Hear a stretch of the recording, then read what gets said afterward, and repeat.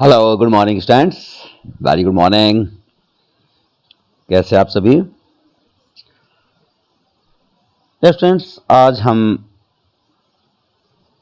बात करेंगे त्वरक का नियम। इसका एक वीडियो हम अध्ययन कर चुके हैं। आज इस वीडियो में हम देखेंगे त्वरक का बीजगणितीय विश्लेषण, साथ ही साथ रेखा चित्र द्वारा त्वरक सिद्धांत का स्पष्टीकरण और त्वरक के नियम की मान्यताएं, साथ ही साथ त्वरक सिद्धांत की क्या क्या आलोचनाएं हैं, किन सिद्धांत किस आधार पर इनकी आलोचना की गई है, उनका अध्ययन करेंगे। तो डियर स्टूडेंट्स, मैं doctor Anuj Kumar, associate professor government college Dholpur. Let's start त्वरक का नियम का बीजगणितीय विश्लेषण।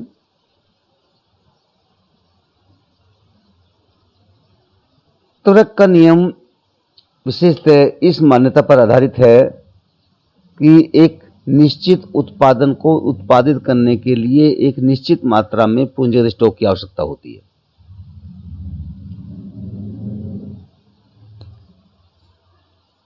उदाहरणतः यदि हमने मान लो 10 करोड़ का उत्पादन करना है और उसके लिए 40 करोड़ रुपए मूल्य के पूंजीगत स्टॉक की आवश्यकता होती है, तो पूंजी और उत्पादन में एक निश्चित अनुपात विद्यमान हो गया।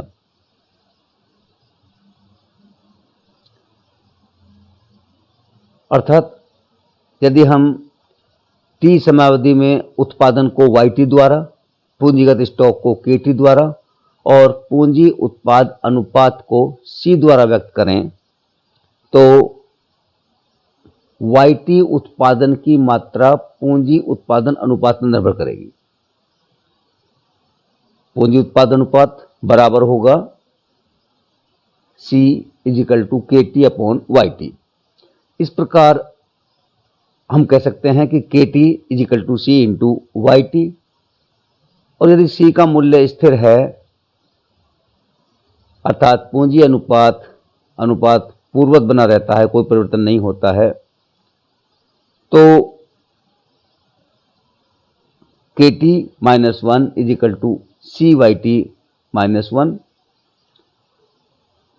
इसको हम एक नई समीकरण हमारे पास आ जाएगी। यदि हम इसमें कॉमन ले लें या घटा लें, C = YT × -YT-1।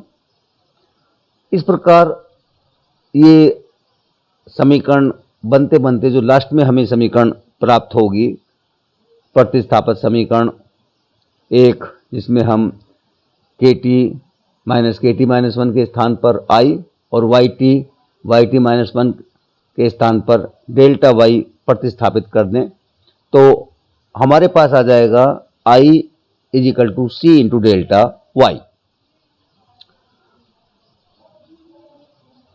हम देख सकते हैं कि C को उत्पादन में परिवर्तन की मात्रा से गुणा करके विनियोग का मूल्य प्राप्त किया जा सकता है।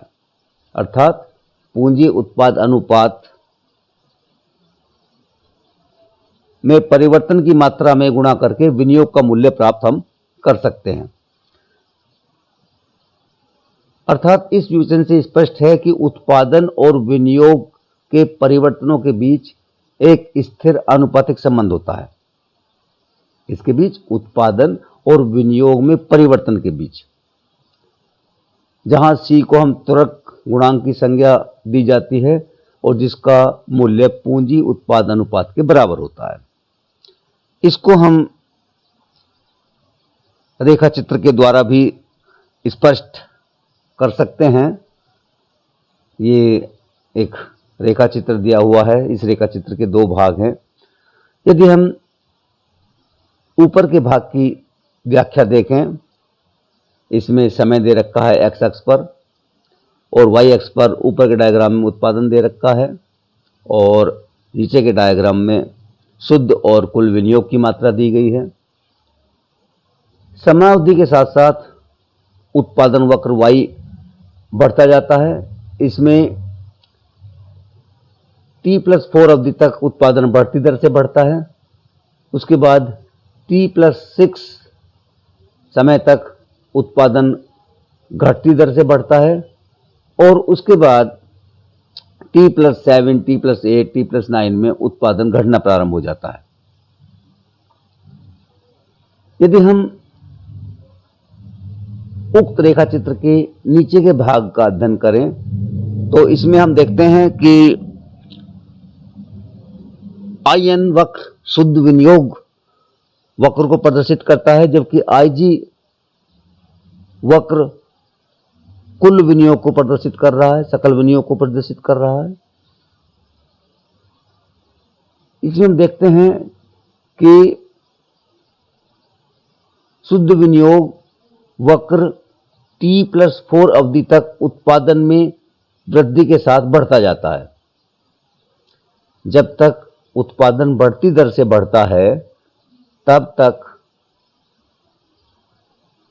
शुद्ध विनियोग वक्र IN बढ़ता जाता है। T+4 अवधि के बाद जहां पर कुल उत्पादन घटती दर से बढ़ता है T+6 अवधि तक, वहां तक शुद्ध विनियोग वक्र घटना प्रारंभ हो जाता है। T+6 अवधि में जहां कुल उत्पादन अधिकतम है वहां पर शुद्ध उत्पादन शून्य हो जाता है। इसके बाद यदि हम देखें T+6 अवधि के बाद जब कुल उत्पादन घटना प्रारंभ हो जाता है तो शुद्ध उत्पादन यहां पर ऋणात्मक हो जाता है। लेकिन यदि हम अर्थव्यवस्था में IG वक्र की बात करें जो कुल विनियोग को दर्शाता है, इसका व्यवहार प्रारंभ में तो शुद्ध विनियोग की तरह ही होता है, लेकिन कुल विनियोग में और शुद्ध विनियोग में IN वक्र और IG वक्र जो दिखाए गए हैं ये प्रदर्शित रेखा चित्र में जहां एक कर्सर है, इनमें एक अंतर है कि सकल विनियोग ऋणात्मक नहीं होता है। जब यह T+8 अवधि में शून्य हो जाता है तो IG वक्र ऊपर की ओर बढ़ना प्रारंभ हो जाता है। इसका कारण क्या है कि शुद्ध विनियोग तो ऋणात्मक होगा, जो इंड्यूस्ड इन्वेस्टमेंट वक्र है आपका IN वो तो ऋणात्मक हो जाएगा, लेकिन सकल विनियोग वक्र में प्रतिस्थापन विनियोग होता है जो एक दर से अर्थव्यवस्था में लगातार होता रहता है। जो पूंजी मशीनें अप्रचलित हो जाती हैं, टूट फूट हो जाती हैं, घिसावट हो जाती हैं, उनका जो रिप्लेसमेंट होता है, प्रतिस्थापन विनियोग करना पड़ता है, वो एक दर से लगातार अर्थव्यवस्था में चलता रहता है, जिसके कारण IG वक्र ऊपर की ओर यहां पर बढ़ना प्रारंभ हो जाता है T+8 अवधि में। ये तर्क सिद्धांत की कुछ हम मान्यताओं का अध्ययन यदि करें, तर्क सिद्धांत की क्रियाशीलता के लिए आवश्यक है कि निम्न मान्यताएं पूरी होनी चाहिए। सबसे पहले तो अतिरिक्त क्षमता का विद्यमान न होना। इस सिद्धांत के लागू होने के लिए आवश्यक है कि विद्यमान पूंजी स्टॉक का पूर्ण उपयोग हो रहा हो। यह कह सकते हैं कि अर्थव्यवस्था में बेकार उत्पादन क्षमता या अतिरिक्त उत्पादन क्षमता विद्यमान न हो।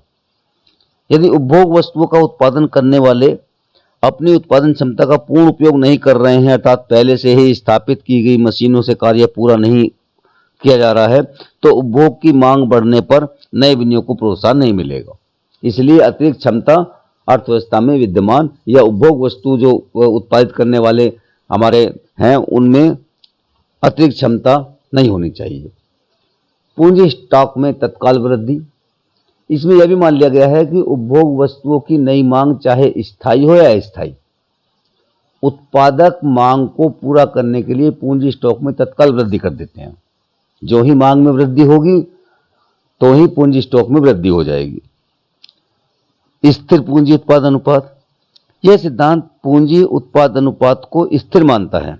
इस प्रकार पूंजी उत्पाद अनुपात में तकनीकी सुधारों के अंतर्गत कोई परिवर्तन नहीं होता है। पूंजी की पूर्ति लोचदार होनी चाहिए।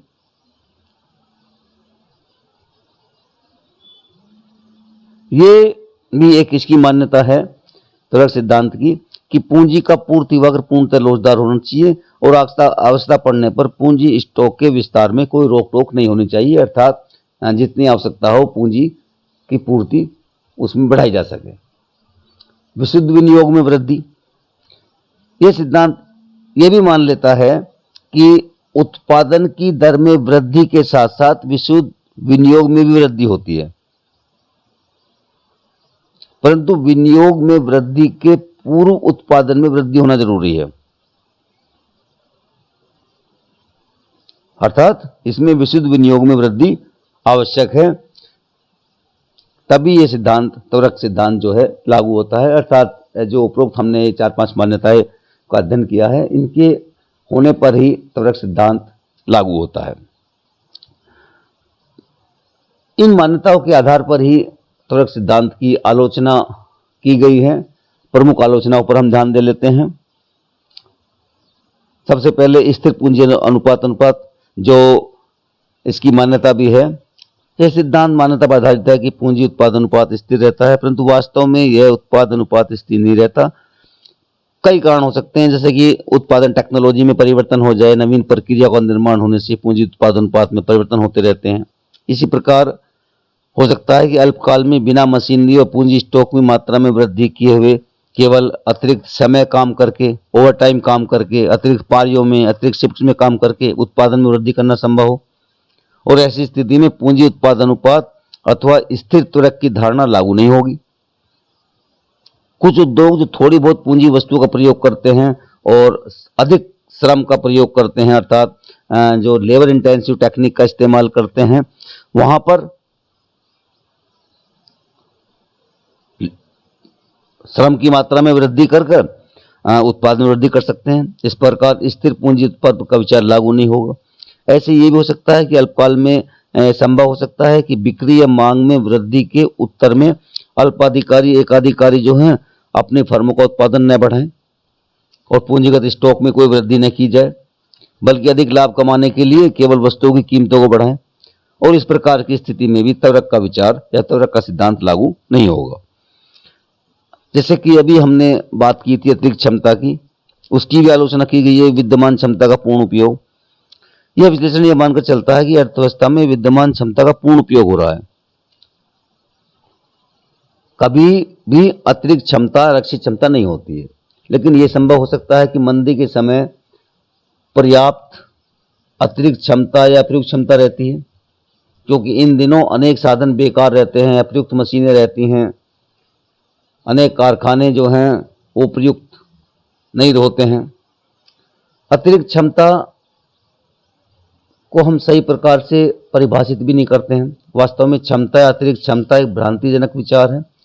सामान्यतः जो न्यूनतम औसत लागत पर उत्पादन कार्य किया जाता है, उसके रूप में हम अतिरिक्त क्षमता को परिभाषित करते हैं। उपलब्ध साधनों की उपलब्धता के आधार पर भी हम त्वरक सिद्धांत की आलोचना करते हैं।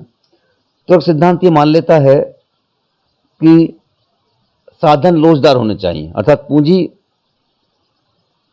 की पूर्ति लोचदार होनी चाहिए,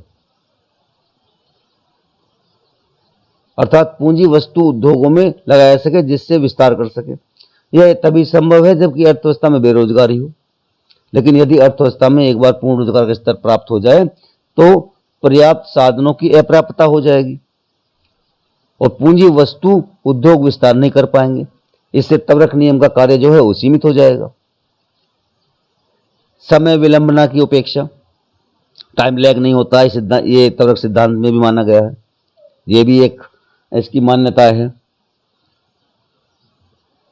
त्वरक सिद्धांत में समय विलंबना की उपेक्षा की गई है। इस सिद्धांत में यह मान लिया जाता है कि मांग की परिवर्तित दशाओं के अनुरूप फर्म या व्यापारी तत्काल पूंजीगत स्टॉक में समायोजन किया जाता है, परंतु यह व्यावहारिक नहीं है। ऐसा नहीं होता है, क्योंकि एक व्यापारी को अपने फर्म की योजना बनाने में, उन्हें स्वीकार करने में, क्रियान्वित करने में काफी समय लग जाता है और पूंजी को लगाने में, उत्पादन मिलने में भी टाइम लैग होता है, कुछ समयावधि लगती है। यदि किसी पूंजीगत यंत्र की गर्भावधि 3 वर्ष है तो अतिरिक्त विनियोग का पूर्ण प्रभाव 1 वर्ष के अंतर्गत अनुभव नहीं किया जाएगा, बल्कि 3 वर्षों में फैल जाएगा। 3 वर्षों में उससे जो लाभ प्राप्त होंगे वो 3 वर्षों में कैलकुलेट किए जाएंगे। इसी प्रकार साग की लोचदार पूर्ति। त्वरक सिद्धांत ये भी मानता है कि साग की पूर्ति लोचदार होती है, जिससे कि उपभोग वस्तुओं की मांग में वृद्धि बढ़ते ही इंड्यूस्ड इन्वेस्टमेंट बढ़ जाए।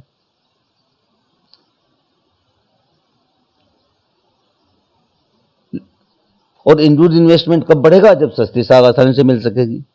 यदि साग पर्याप्त मात्रा में उपलब्ध होगा तो ब्याज की दर ऊंची होगी और पूंजी वस्तुओं में बहुत कम विनियोग होगा।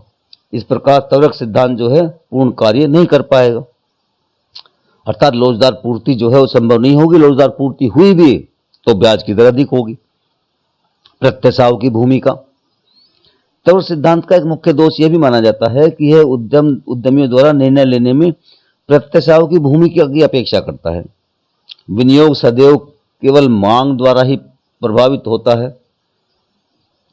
ये भावी प्रत्याशाओं जैसे स्टॉक बाजार में परिवर्तन है, राजनीतिक हलचल है, अंतर्राष्ट्रीय घटनाएं इस प्रकार की हो जाएं या आर्थिक वातावरण आदि के द्वारा भी जो इंड्यूस्ड इन्वेस्टमेंट है वो प्रभावित होता है। इसी प्रकार सापेक्षिक स्तर में परिवर्तनों के प्रभाव की उपेक्षा। त्वरक सिद्धांत कीमतों तथा लागतों में सापेक्षिक स्तरों में परिवर्तन की उपेक्षा करता है। जैसे तेजी के समय, विशेषकर यदि हम बूम की स्थिति बात करें, पूंजीवत वस्तु उद्योगों में अत्यधिक दबाव पूंजी वस्तुओं की लागत को बढ़ा देता है, इसलिए विनियोग के लिए प्रेरणा बहुत कमजोर हो सकती है। यह भी संभव हो सकता है कि पूंजीगत वस्तुओं की लागत की तुलना में श्रम की लागत में कमी हो जाए, जिसके कारण फर्म या व्यापारी नई ऐसी टेक्निक का इस्तेमाल करें जो लेबर इंटेंसिव हो, अर्थात पूंजी को श्रम से प्रतिस्थापित कर सकते हैं। इसी प्रकार एक आलोचना यह है कि भावी मांग का पूर्वानुमान। त्वरक सिद्धांत में मान लिया जाता है कि उपभोक्ता वस्तुओं की मांग में वृद्धि का पहले से अनुमान नहीं किया गया था, अर्थात जो पहले विनियोग किए गए हैं उनमें कोई व्यवस्था नहीं की गई थी कि भावी भविष्य में मांग बढ़ जाएगी तो उसी अनुसार विनियोग किया जाए। त्वरक सिद्धांत में यह माना जाता है कि जैसे ही मांग बढ़ेगी वैसे ही विनियोग में वृद्धि हो जाएगी, ऐसे प्रेरित विनियोग हो जाएगा। लेकिन यदि पहले से ही भावी मांग का पूर्वानुमान लगाया जाए तो त्वरक सिद्धांत लागू नहीं होगा, तो त्वरक प्रभाव शून्य हो जाएगा। विनियोग के समय का हिसाब लगाने में सफल। पूर्ण क्षमता पाए जाने की मान्यता का अभिप्राय यह है कि उत्पादन की बढ़ी मांग एकदम प्रेरित विनियोग लाती है, इसलिए त्वरक नियम विनियोग के समय का हिसाब लगाने में सफल होता है। उत्तम रूप में यह विनियोग की मात्रा की व्यवस्था करता है। वास्तव में नया विनियोग प्रजनन करने में से पहले समय अंतराल टाइम लैग हो सकता है। उदाहरणतः यदि समय अंतराल 4 वर्ष का हो तो नए विनियोग का प्रभाव 1 वर्ष में नहीं, जैसे कि अभी बात की थी, 4 वर्षों में प्रतीत होगा। इसी प्रकार स्थायी नई उपभोग मांग। त्वरक सिद्धांत यह मान्यता निहित है कि नई उपभोग मांग स्थायी होती है और यह आशा हो जाती है कि वस्तुओं की मांग अस्थायी है और उत्पादक नई पूंजी वस्तुओं के विनियोग करने में यदि मांग अस्थायी है तो वो विनियोग नहीं करेंगे, विनियोग प्रोत्साहित नहीं होगा। इसके स्थान पर क्या होगा, जो अस्थायी मांग है उसको वर्तमान पूंजी से या गहनता से प्रयोग करके उसको पूरा करने की कोशिश की जाएगी। इसी प्रकार से इच्छित व वास्तविक पूंजी स्टॉकों में अंतर होता है। प्रौद्योगिकी घटनाओं की आलोचना की गई है सिद्धांत में। ऐसा हो सकता है कि टेक्नोलॉजी में परिवर्तन हो जाए जिससे पूंजी बचाऊ या कम बचाऊ हो सकते हैं, इसलिए वे विनियोग की मात्रा को कम करके अधिक उत्पादन किया जा सकता है। तो ये कुछ इनकी आलोचनाएं हैं त्वरक सिद्धांत की। हम निष्कर्ष के रूप में केवल यही कह सकते हैं कि त्वरक सिद्धांत यांत्रिक निश्चितता के साथ कार्य नहीं कर सकता। त्वरक सिद्धांत वास्तविकता का एक केवल मोटा, एक बड़ा चित्रण प्रस्तुत करता है, न कि उसका निश्चित रेखा। और त्वरक सिद्धांत में व्यवहारिक कार्यशीलता अत्यंत सीमित है, परंतु यदि हम ट्रेड साइकिल की बात करें, व्यापार चक्र के क्रम का अध्ययन करने में कि किस प्रकार से मंदी आती है, तेजी आती है, फिर रिसेशन होता है, बूम आता है, उसका अध्ययन करने में त्वरक सिद्धांत की धारणा बहुत महत्वपूर्ण है। तो ये आपकी कुछ आलोचना रही, निष्कर्ष रहा। डियर स्टूडेंट्स, त्वरक के सिद्धांत में या त्वरक का नियम में इतना ही आपके सिलेबस में है। तो आप इसका सही से अध्ययन कर लें। क्वेश्चन इसमें आ जाता है कभी कभी, और वैसे भी इसकी जानकारी होना आवश्यक है, जिससे कि हम आगे जो व्यापार चक्र पढ़ेंगे उसमें भी इसका प्रयोग किया जाएगा। तो स्टूडेंट्स, इसमें इतना ही। कोई प्रॉब्लम हो तो मुझे आप संपर्क कर सकते हैं। Okay okay, thank you very much.